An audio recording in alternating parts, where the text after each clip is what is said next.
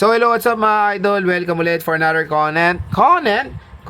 And for today's video, ayan, nagigame test natin itong mukhang iPhone na budget smartphone ngayon, which is the Itel A200. Maganda kaya to? Pwede kaya pang gaming. Ano pa ba ang tinantay natin? Tara, simulan natin.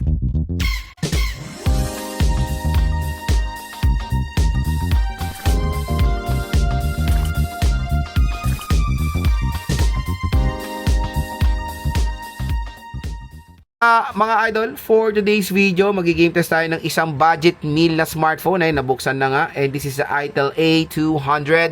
And when it comes sa kanyang itsura, mukha po siyang iPhone. Di ba? Ito yung iPhone na mukhang Android. Hindi, joke lang. So, yun. When it comes sa kanyang design, as you can see, when it comes sa silhouette, it's very look-alike sa deep blue ng iPhone 17 Pro Max. So, yan nga. The processor is the Unisoc T7250 processor and meron po itong 3GB of RAM. Okay.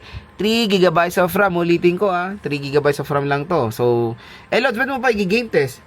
Syempre, test nga, diba? Titingnan natin kung kaya niya. Pero, perspective, Genshin, WUWA, wag na natin i-test. Dahil sasakit lang ulo nyo, mababa lang RAM nito.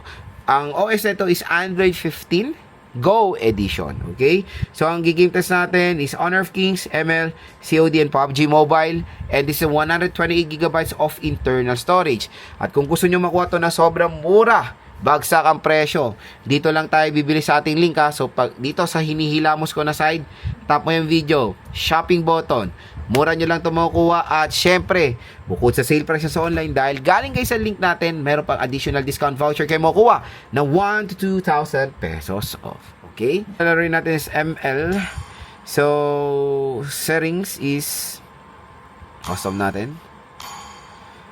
Map quality high. Frame rate high. Resolution HD. Naka-off ang outline at shadow. 5 seconds till the enemy reaches the battlefield. Smash them! All troops deployed!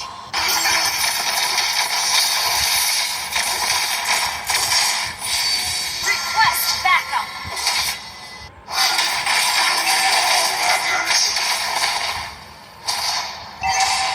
First blood! Executed. Enemy double!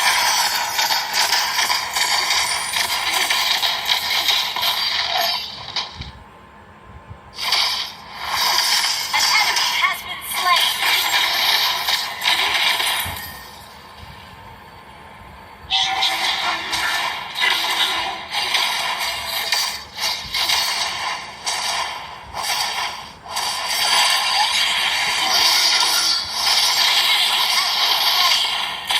You have slain an enemy.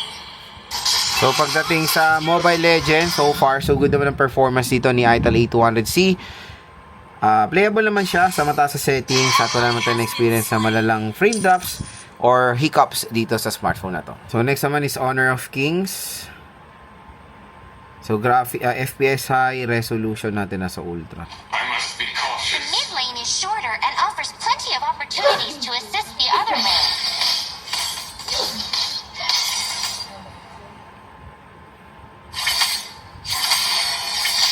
Head into the jungle to farm some extra resources while waiting for the next minion wave.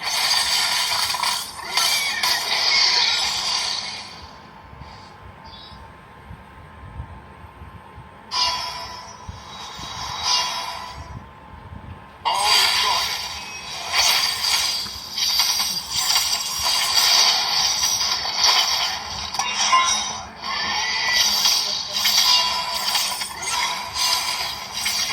Get out of there! Tower attacks become more powerful with each hit, so pull back. Follow the arrows to the mid lane.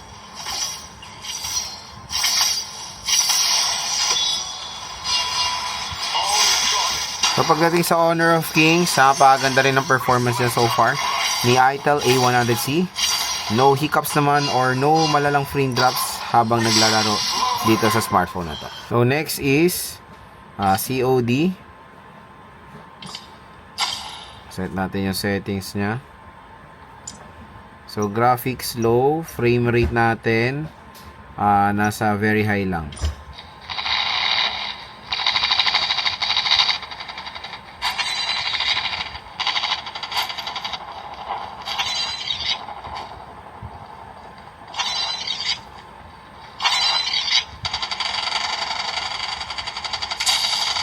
First blood. Reloading. Enemy back. Cover me.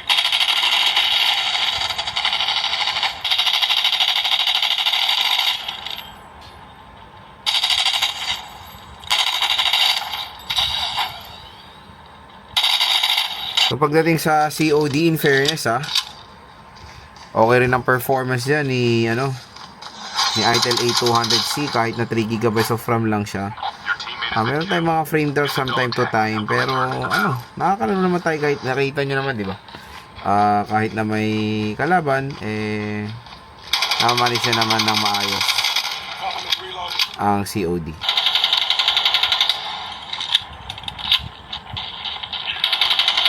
down.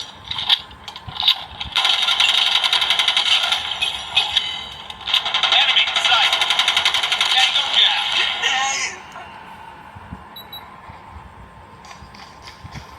We've taken the lead. Tango down. Get down, sniper.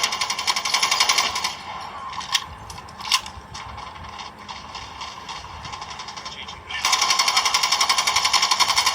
Target down. So COD, napakaganda talaga ng Unisoc T7250 na budget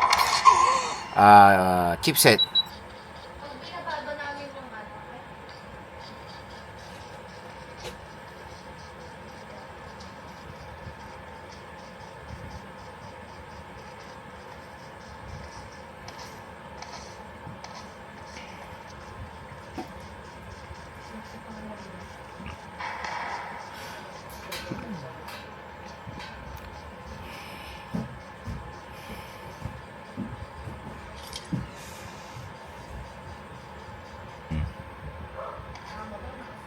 Motor.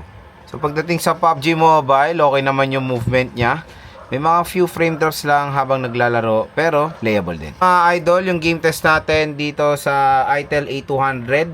In fairness for the performance, even though 3GB of RAM siya, nakalaro naman tayo ng pretty fine when it comes sa mga casual games like ML, COD, and Honor of Kings.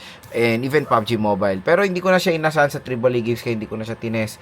Dito lang tayo sa mga casual games lang na usually yan naman ang nilalaro ng karamihan ng consumers natin. So kung ML ang usapan, kayang-kaya niya naman. Salamat yan sa napagandang performance din ng Unisoc T7250 processor.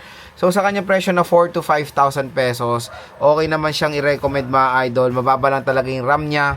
Pero yan, when it comes sa day-to-day use, even casual gaming, pwede naman pong i-recommend ay Itel A200. Ang maganda ng smartphone na to, yung kanyang kumbaga sa battery, makunat din naman even though 5,000 mAh battery capacity siya, may bubaga rin naman yan kahit papano. Kung i-rate ko yung gaming performance ito for a price tag na 4,000 pesos, ang score ko dito mga idol, nasa 7.